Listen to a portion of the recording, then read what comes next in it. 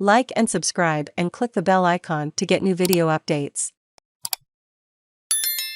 We are not scared. Local Colombo man speaks on the volatile economic crisis in Sri Lanka. Thousands of protesters chanted to the rhythm of sticks banging against Ṭirams bera, drums in Tamil and Sinhala, as they marched through a Colombo street in the heart of the Sri Lankan capital. Reds, oranges, greens, and gold streaked through the crowds as dozens of Sri Lankan flags were waved through the air, the sword held by the golden lion on the flag a mark of the nation's sovereignty.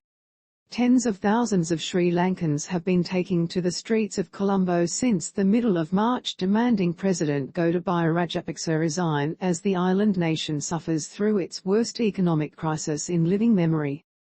The country's enormous debt obligations and falling foreign reserves has meant it's struggled to pay for imports such as fuel and food. Now locals, dragging containers, stand in queues that stretch for kilometres to buy fuel.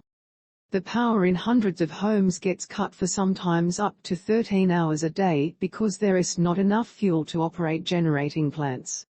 And a crippling food shortage for essential items such as milk, rice and sugar is plaguing the country.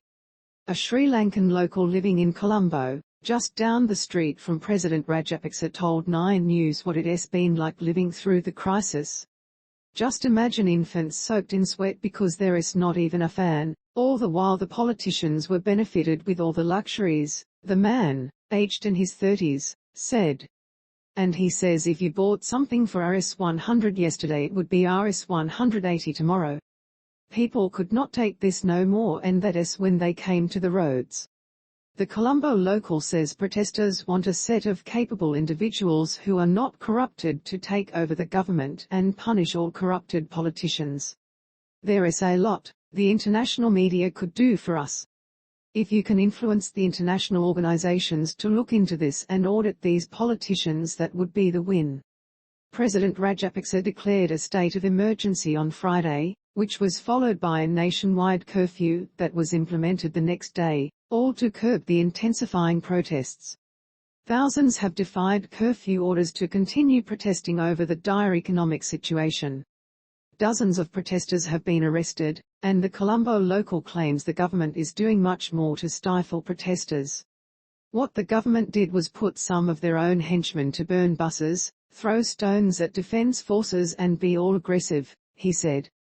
During the protests, many innocent men and women were beaten for nothing. He said while people are peacefully protesting with singing songs and meaningful slogans, the sheer desperation and fear emanating through the Sri Lankan people has resulted in some atrocity. A couple of days back a man committed suicide as well near the president's house. He was electrocuted after climbing onto a transformer, he said. These politicians are morons. The most they can do is take a life, and that cannot scare us.